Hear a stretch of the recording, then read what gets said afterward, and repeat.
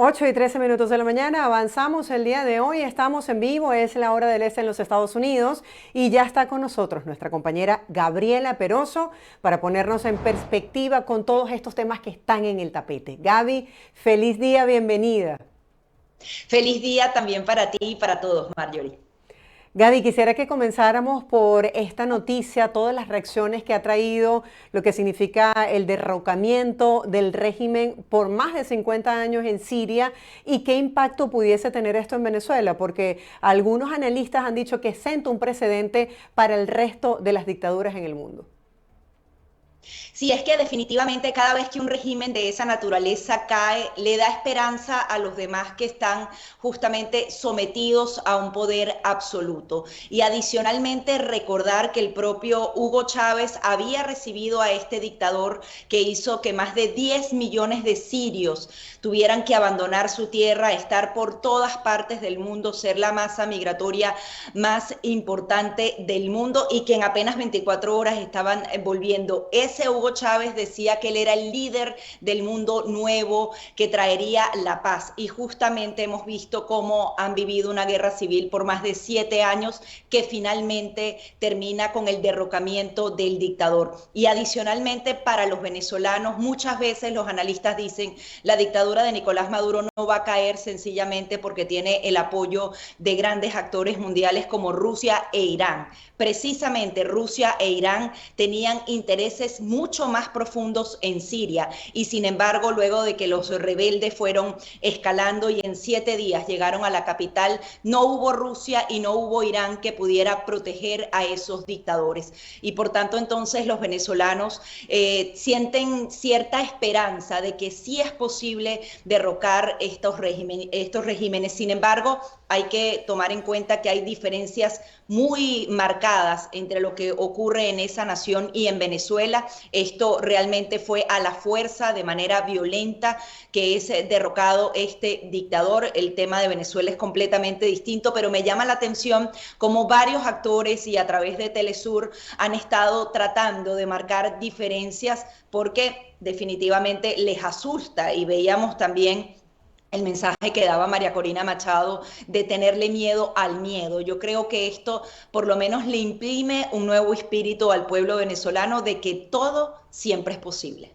Claro, es que después de 13 años de guerra civil y más de 50 años de dictadura, eso parecía imposible. Y justamente rescato eso que tú señalabas, y es el apoyo de Rusia. Ciertamente Rusia les ofreció este asilo a él y a su familia por razones humanitarias, pero no se ha pronunciado a favor, porque todo este debilitamiento que tuvo tras apoyar lo que tiene que ver con a Rusia en la invasión a Ucrania, se tradujo en un debilitamiento de sus propias fuerzas, según explican los internacionalistas en este tema.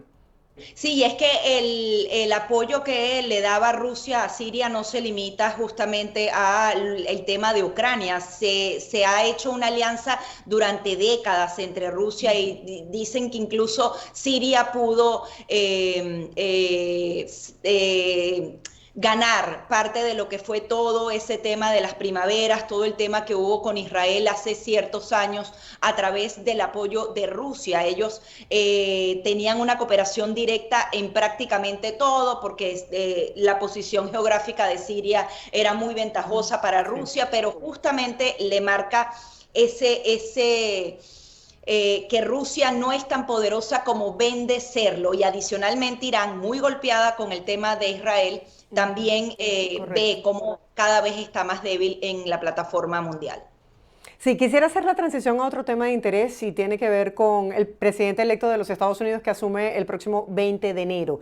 Se ha hablado a nivel de medios de una posible negociación entre Trump y Maduro en relación al tema migratorio y a estas deportaciones masivas que tanto anunció Donald Trump durante su campaña. ¿Es esto posible? ¿Está en puertas? ¿Qué es lo que se maneja? ¿Qué dicen tus fuentes?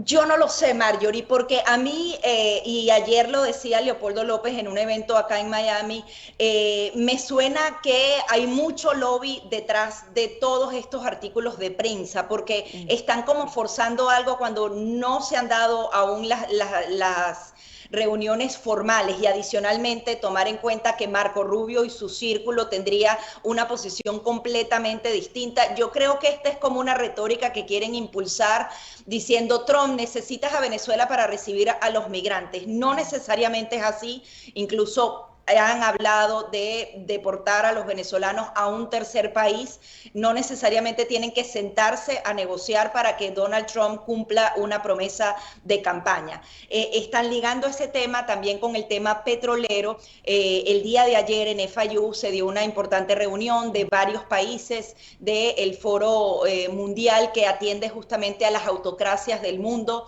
Es una organización que tiene países de África, de América Latina, en donde uno de sus integrantes es Leopoldo López. Ellos dicen que durante el fin de semana acordaron un papel de trabajo para que conjuntamente Nicaragua, Cuba y Venezuela, y agregan a Bolivia en este grupo de países, se entregue una propuesta específica a la administración Trump, que en las próximas semanas se puedan reunir con representantes directamente con Marco Rubio o con una alta autoridad de la nueva administración para justamente solicitar el tema de las sanciones, el tema de nuevamente tener un enfoque duro hacia la dictadura de Nicolás Maduro. Sin embargo, hay varios actores y ha sido también la posición de la administración de Biden asegurando que el tema de las sanciones, si se hacen específicamente las sectoriales, podrían impactar negativamente en el tema del pueblo venezolano, porque Nicolás Maduro vende su petróleo sí o sí de la manera que sea, a través de las empresas occidentales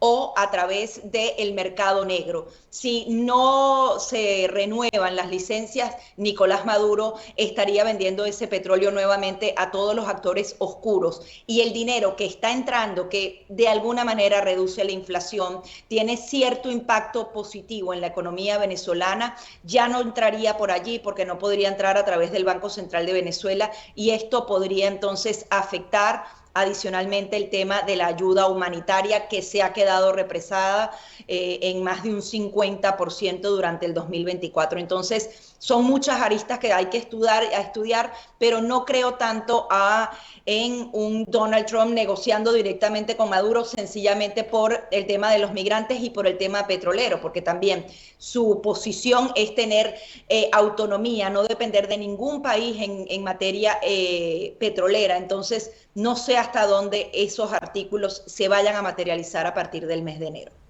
Y las reacciones que ha generado el anuncio de Trump en materia del incremento de aranceles, por ejemplo, a México y a Canadá, la relación específica con México, ¿qué nos puedes hablar con respecto a eso, Gaby? Que el día de hoy es noticia, es tendencia por unas declaraciones que dio Trump a un medio, a su primer medio, luego de ser electo como presidente. Sí, dio su primera entrevista y habló de diversos temas, uno de ellos el económico y específicamente el tema de los aranceles.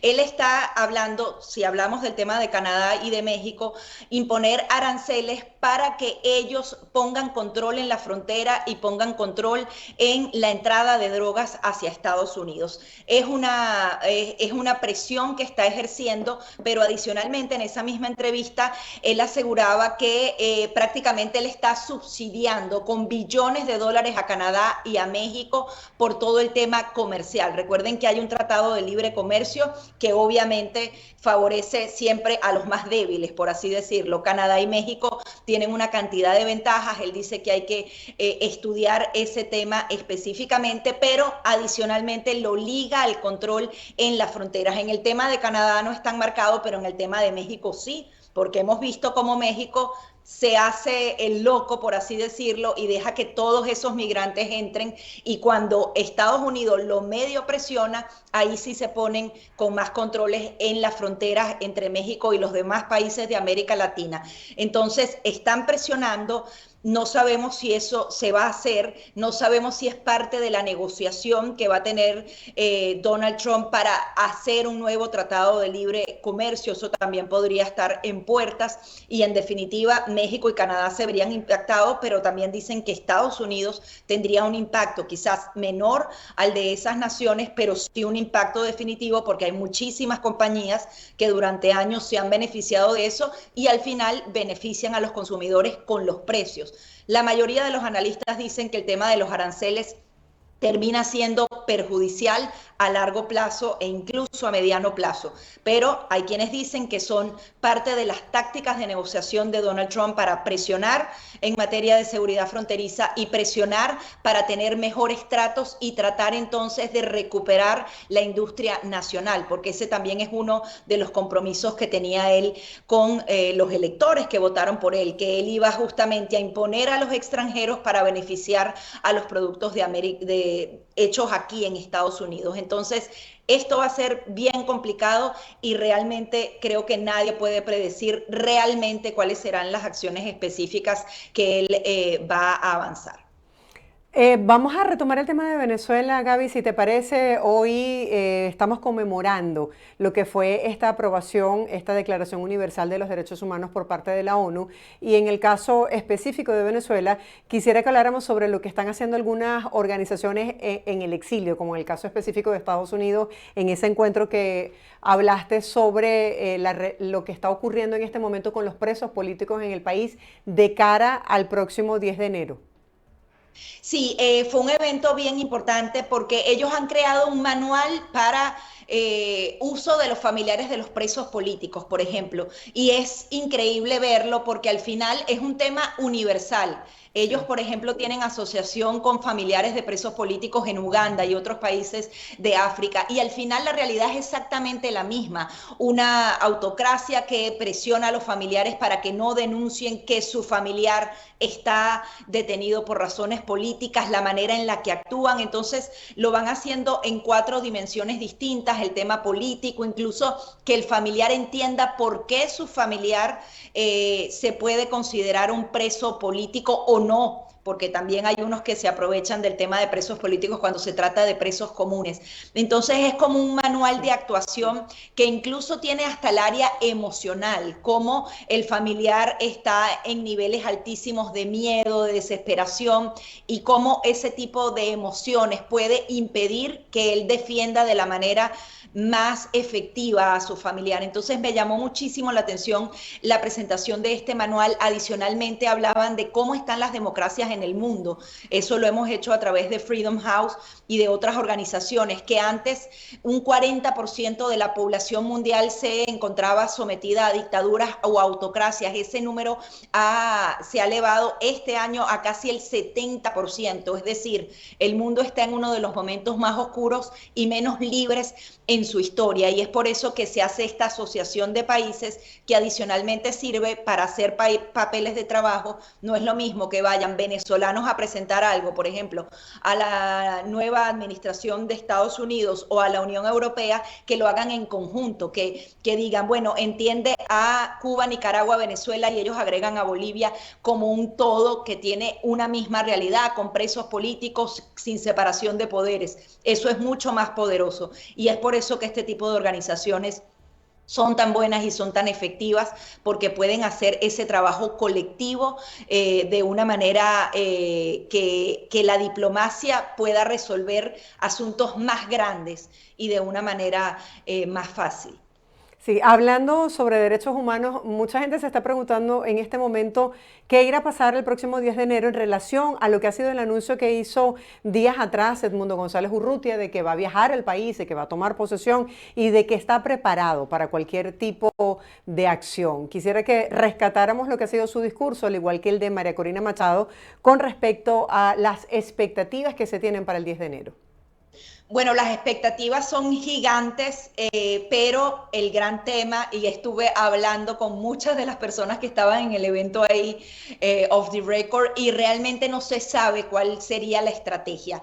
Todos queremos pensar que existe una estrategia, que no es solamente el deseo de Edmundo González de volver a Venezuela y juramentarse como presidente, o el propio deseo de María Corina Machado, que la acompaña. Incluso ya la acaban de nombrar vicepresidenta. Tiene que haber un plan de acción detrás de esa vuelta a Venezuela de Edmundo González, porque si no, no sé de qué estaríamos hablando. Sin embargo, yo confiaría, porque ellos, cada uno de los pasos que ha dado ha tenido una respuesta contundente. No son personas que vayan a ciegas, que simplemente quieran prometer o brindar esperanzas a los venezolanos, que específicamente haya algo detrás, porque ahí hay muchos rumores, hay mucho ruido interno dentro del chavismo. Veíamos que, por ejemplo, Delcy Rodríguez viajó a China y simplemente por montarse en un avión, Marjorie, te metes en YouTube y en las redes sociales y es una locura la cantidad de especulaciones, que se llevó el oro, que ya los traicionó. Así está todo el tiempo, crispado, a punto de caer el régimen de Nicolás Maduro. Entonces, ojalá que no sepamos parte de esta historia y de esta estrategia para que el 10 de enero se materialice algo, pero obviamente tiene que haber un plan detrás, porque si no, si Nicolás Maduro no tiene algo que realmente lo prisione y lo ponga contra la pared, ellos prefieren quedarse en Venezuela que tener que irse a Rusia sin la certeza de que ellos pueden, por ejemplo, recibir ese mismo asilo político que está recibiendo el día de hoy Bashar al-Assad. Gaby, gracias por ponernos bajo tu perspectiva en el tapete y sobre todo con la actualización de estas noticias que están en desarrollo. Veremos qué pasa esta semana y seguiremos nosotros en contacto analizando estos temas de interés para Venezuela, Estados Unidos y el resto del mundo. Feliz semana para ti. Feliz semana para ti y para todos. Gracias. Eran las perspectivas de nuestra compañera Gabriela Peroso hoy en Buenos Días. Hacemos una breve pausa comercial, quédese con nosotros, tiempo de recargar cafecito, al regreso mucha más información aquí en nuestro programa. Les esperamos.